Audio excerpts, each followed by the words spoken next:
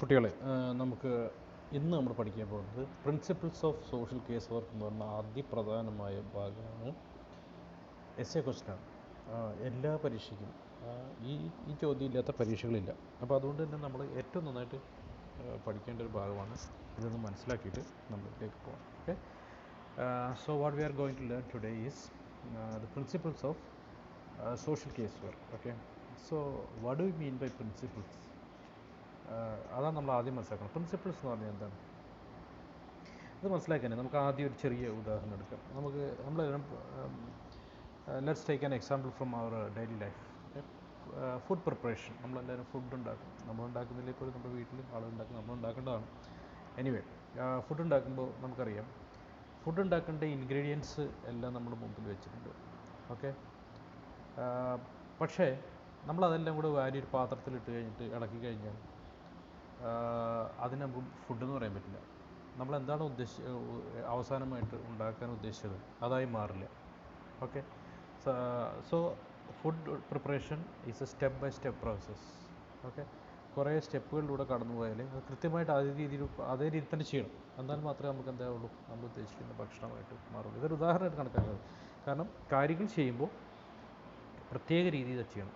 അതിന് എന്തൊക്കെ ചെയ്യണം, എന്തൊക്കെ ചെയ്തുകൂടാ എന്നൊക്കെയുണ്ട്. ഒരു നിയമങ്ങളൊക്കെ ഉണ്ട്. ഭക്ഷണം ഉണ്ടാക്കുന്നതിൻ്റെ നിയമങ്ങളുണ്ട്. അല്ലെങ്കിൽ നമ്മൾ ടൂറ് പോകുമ്പോൾ നമുക്ക് സ്റ്റഡി ടൂറൊക്കെ പോകുന്ന ആൾക്കാരാണ് നമ്മൾ. അതിനകത്ത് നിങ്ങൾക്ക് ഒക്കെ സ്കൂളിൽ നിന്നൊക്കെ ടൂർ പോയിട്ടുണ്ടാവും. കുറേ നിയമങ്ങൾ നിങ്ങൾ പറഞ്ഞു എന്തൊക്കെ ചെയ്യാം, എന്തൊക്കെ ചെയ്തുകൂടാ. എന്തിനാണ് അങ്ങനെ നിയമങ്ങളൊക്കെ വെച്ചിരിക്കുന്നത്? നമുക്ക് അപകടങ്ങൾ പറ്റാതിരിക്കാൻ, ടൂർ നല്ല വിജയകരമായിട്ട് പോകാൻ, നമുക്ക് മാക്സിമം എൻജോയ് ചെയ്യണം, അപകടങ്ങൾ വരുന്നത് ഒഴിവാക്കണം, അങ്ങനെ കാര്യങ്ങളൊക്കെ ഒഴിവാക്കാനാണ് നിർദ്ദേശങ്ങൾ തരുന്നത് നമുക്ക്. ഓക്കെ, നമ്മൾ ചെല്ലുന്ന സ്ഥലത്തുള്ള ആളുകളുടെ പ്രത്യേകതകൾ, നമ്മുടെ അവിടുത്തെ കാലാവസ്ഥ, അവിടുത്തെ ചൂടും ഒക്കെ എങ്ങനെ ഉണ്ടാവും, ഇതൊക്കെ നമുക്ക് നിർദ്ദേശങ്ങളായിട്ട് തരും. അതൊക്കെ നമ്മൾ കൃത്യമായിട്ട് പാലിച്ചാൽ മാത്രമേ നമുക്ക് എന്ത് ചെയ്യാൻ പറ്റുള്ളൂ, നമ്മുടെ ടൂറ് രസകരം പറ്റും. Right, so we need to follow these rules and regulations. Otherwise we will not be able to complete our task successfully. Okay, അപ്പോൾ rules and regulations are really important if you really want to complete any task. Okay, so principles എന്ന് പറഞ്ഞാൽ എന്താണ് എന്ന് നോക്കാൻ ഇത് വളരെ എളുപ്പമാണ്. For the successful completion of any task, we need to follow specific rules and guidelines. These rules and guidelines are generally known as principles. Okay, so it's very simple. We are going to perform a task. We need to do something. Okay, if we want to successfully complete our task, any task, we should follow some specific rules and guidelines. Okay, we should not do it in a random way. Okay, we need to follow specific rules and regulations, guidelines. These rules and guidelines are generally known as principles. അപ്പോൾ ഏത് ഉത്തരവാദിത്വവും ജോലിയും വിജയകരമായി നിർവഹിക്കാൻ ആളുകൾ നാം പിന്തുടരേണ്ട പ്രത്യേകമായിട്ടുള്ള നിയമങ്ങളെയും മാർഗനിർദ്ദേശങ്ങളെയുമാണ് പ്രിൻസിപ്പിൾസ് അഥവാ തത്വങ്ങൾ എന്ന് പറയുന്നത്. അപ്പോൾ principles of social case work എന്ന് പറഞ്ഞു കഴിഞ്ഞാൽ സോഷ്യൽ കേസ് വർക്കിലെ തത്വങ്ങൾ നടത്തും. ഓക്കെ, അപ്പോൾ principles of social case work എന്ന് ഉദ്ദേശിച്ചതാണ്. സോഷ്യൽ കേസ് വർക്ക് എന്ന് പറയുന്ന കാര്യം വളരെ തൃപ്തികരമായിട്ട് വിജയകരമായിട്ട് നമുക്ക് ആ സോഷ്യൽ കേസ് വർക്കർക്കും ചെയ്യാൻ സാധിക്കണമെങ്കിൽ അവൾ ഈ മാർഗനിർദ്ദേശങ്ങൾ മനസ്സിൽ വെച്ചുകൊണ്ട് വേണം ആ പ്രവർത്തനം മുന്നോട്ട് കൊണ്ടുപോകാൻ. ഈ മാർഗനിർദ്ദേശങ്ങൾ ഇനി പറയാൻ പോകുന്ന മാർഗനിർദ്ദേശങ്ങൾ ഉപയോഗപ്പെടുത്തിക്കൊണ്ട് വേണം മുന്നോട്ട് പോകാൻ. ഇല്ലെങ്കിൽ വിജയകരമായിട്ട് അത് ചെയ്യുവാൻ സാധിക്കില്ല. ഓക്കെ, അപ്പോൾ generally the rules and guidelines are known as principles. അതാണ് നമ്മൾ പരീക്ഷയ്ക്ക് ചോദിച്ചാൽ what do we mean by principles എന്ന ചോദ്യം വന്നു കഴിഞ്ഞാൽ നമ്മൾ എഴുതേണ്ടത് in order to complete any task successfully, we need to follow certain rules and guidelines. These rules and guidelines are known as principles. ഇത്രയുമാണ് നമ്മൾ എഴുതേണ്ടത്. ഏത് പ്രവർത്തനവും വിജയകരമായി പൂർത്തിയാക്കണമെങ്കിൽ പിന്തുടരേണ്ടതായ പ്രത്യേകമായ നിയമങ്ങളെയും മാർഗനിർദ്ദേശങ്ങളെയുമാണ് പ്രിൻസിപ്പിൾസ് എന്ന് പറയുന്നത്. അപ്പോൾ എന്താ കാര്യം, പ്രിൻസിപ്പിൾസ് മനസ്സിൽ വെച്ച് അത് കൃത്യമായി ഫോളോ ചെയ്തെങ്കിൽ മാത്രമേ നമുക്ക് എന്ത് ചെയ്യാൻ സാധിക്കുകയുള്ളൂ, നമ്മൾ ഏറ്റെടുത്തിരിക്കുന്ന പ്രവർത്തനങ്ങൾ മുന്നോട്ട് കൊണ്ടുപോകാൻ സാധിക്കുകയുള്ളൂ. അപ്പോൾ സോഷ്യൽ കേസ് വർക്ക് എന്ന് പറയുന്നത് നമുക്ക് എല്ലാവർക്കും അറിയാവുന്ന പോലെ ഒരു സോഷ്യൽ കേസ് വർക്കർ ഉണ്ടാവും, ഒരു ക്ലയൻറ്റും ഉണ്ടാവും. അവർ തമ്മിലുള്ള ബന്ധത്തെ അടിസ്ഥാനമാക്കിയിട്ടുള്ള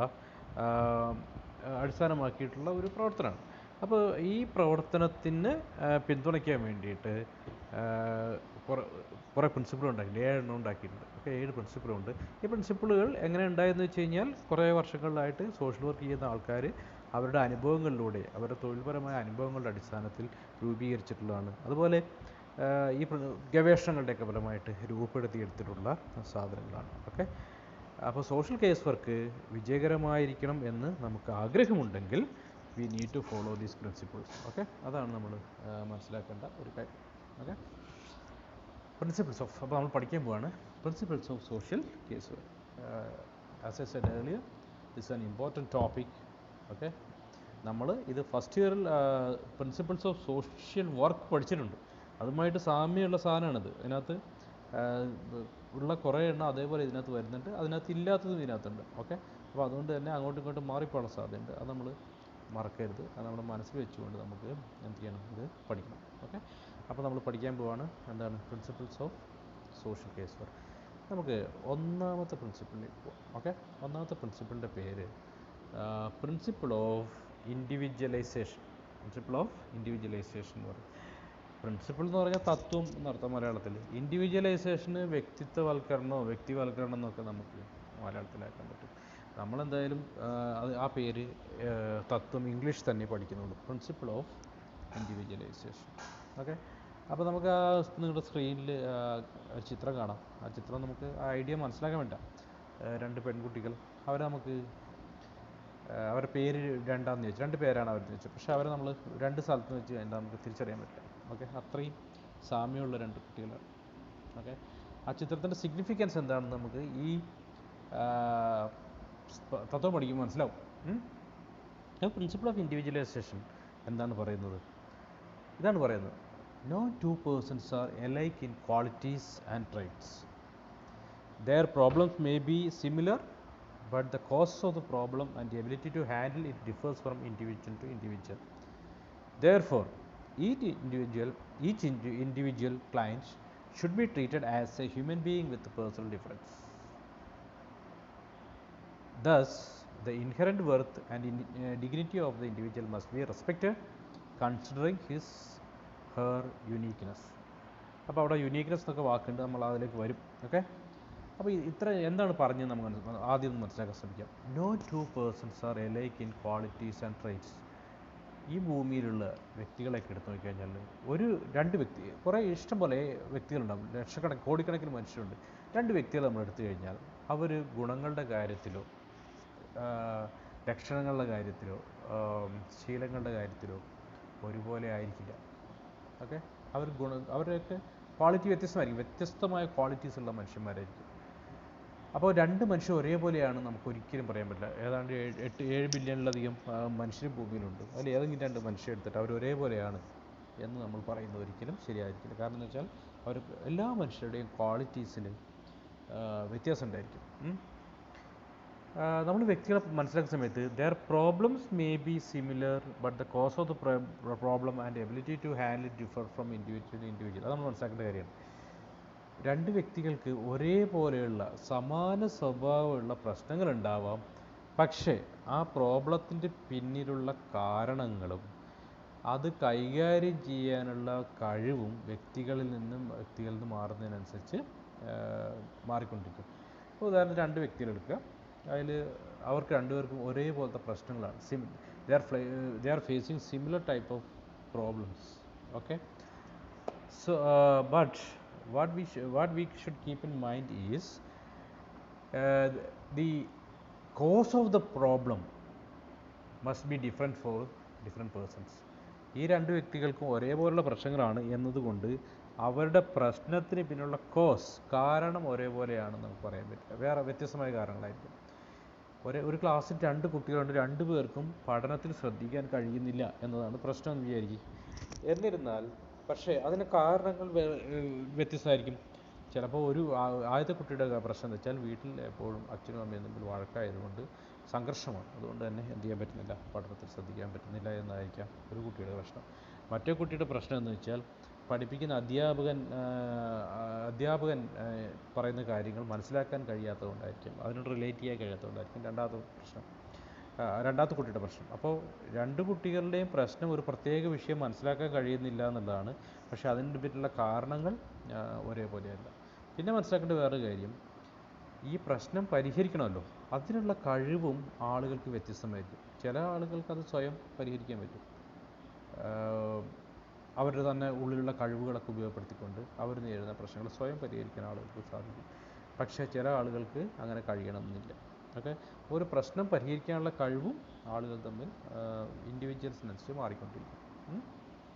അപ്പോൾ വ്യക്തികൾ ഒരേപോലെയല്ല, അവർ ഒരേപോലെ പ്രശ്നങ്ങൾ നേരിട്ടാൽ പോലും അതിന് പിന്നിലെ കാരണങ്ങൾ ഒരേപോലെയല്ല, അത് നേരിടാനുള്ള അവരുടെ കഴിവും ഒരേപോലെയല്ല. ഓക്കെ, അപ്പോൾ ഈ കാര്യം ആരുടെ മനസ്സിലുണ്ടായിരിക്കണം? സോഷ്യൽ വർക്കറുടെ മനസ്സിൽ ഉണ്ടായിരിക്കണം. Therefore, each individual client should be treated as a human being with a personal difference.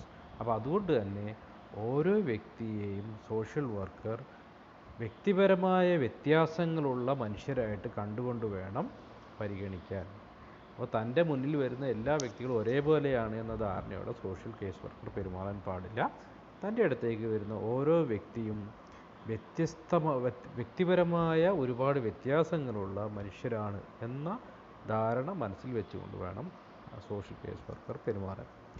Thus, the inherent worth and dignity of the individual must be respected, considering his/her uniqueness. അപ്പോൾ ഓരോ വ്യക്തിയുടെയും തനത് സവിശേഷതകൾ പരിഗണിച്ചുകൊണ്ട് അവരുടെ ഓരോരുത്തരിലും അന്തർലീനമായിട്ടുള്ള മൂല്യവും അന്തസ്സുമുണ്ട്, അതിനെ ബഹുമാനിച്ചുകൊണ്ട് വേണം സോഷ്യൽ വർക്കർ എന്ത് ചെയ്യേണ്ടത്, അതുമായിട്ട് ഇടപെടേണ്ടത്. അപ്പോൾ സോഷ്യൽ കേസ് വർക്കറുടെ മുമ്പിൽ വരുന്ന എല്ലാ വ്യക്തികൾക്കും അവരുടേതായ മൂല്യവും അന്തസ്സുമുണ്ട്. അത് നമ്മൾ മനസ്സിലാക്കണം. അവർ ഓരോരുത്തരും യുണീക്കാണ്, തനത് സവിശേഷതയുള്ളവരാണ്. അപ്പോൾ പരീക്ഷയ്ക്ക് ചോദിക്കാവുന്നൊരു കാര്യമാണ്, പ്രിൻസിപ്പിൾ ഓഫ് ഇൻഡിവിജ്വലൈസേഷൻ ഏത് വ്യക്തിയുടെ ഏത് ക്വാളിറ്റിക്കാണ് ഊന്നൽ കൊടുക്കുന്നത് എന്ന് ചോദിച്ചു കഴിഞ്ഞാൽ നമ്മൾ എഴുതേണ്ട വാക്കാണ് യുണീക്ക്നെസ്. യുണീക്ക്നെസ് തനിമ, തനതാവസ്ഥ എന്നൊക്കെ പറയും. അപ്പോൾ ഒരു വ്യക്തിയെ മറ്റൊരു വ്യക്തിയിൽ നിന്ന് വ്യത്യസ്തരാക്കുന്ന, ഒരു വ്യക്തിക്ക് വേറെ ആർക്കും ഇല്ലാത്തൊരു ക്വാളിറ്റി ഉണ്ടാവും, അയാളിൽ നിന്ന് തനിതായിട്ട് വേർതിരിഞ്ഞിരിക്കുന്ന ഒരു ക്വാളിറ്റി ഉണ്ട്. അതിനാണ് നമ്മൾ യുണീക്ക്നെസ് എന്ന് പറയുന്നത്. ഓരോ വ്യക്തിയും വ്യത്യസ്തനാണെന്നർത്ഥം. ഓക്കെ, അപ്പോൾ ഈ വ്യത്യാസങ്ങൾ സോഷ്യൽ വർക്കർ പരിഗണിക്കണം എന്ന് പറയുന്ന പ്രിൻസിപ്പിളിനാണ് നമ്മൾ എന്ത് പറയുന്നത്, പ്രിൻസിപ്പിൾ ഓഫ് ഇൻഡിവിജ്വലൈസേഷൻ എന്ന് പറയുന്നത്. ഓക്കെ, അപ്പോൾ ഇതാണ് ഒന്നാമത്തെ പ്രിൻസിപ്പിൾ. 7 പ്രിൻസിപ്പിളുകൾ ഉള്ളതിൽ ഒന്നാമത്തെ പ്രിൻസിപ്പിളാണ് നമ്മളിപ്പോൾ പഠിച്ചത്. Okay, principle of individualisation. Okay, ഇത് നമ്മൾ ആദ്യം പഠിക്കും. ഇത്രയും പഠിച്ച ശേഷം നമുക്ക് എന്ത് ചെയ്യാം, അടുത്ത സ്ലൈഡിലേക്ക് പോകാം.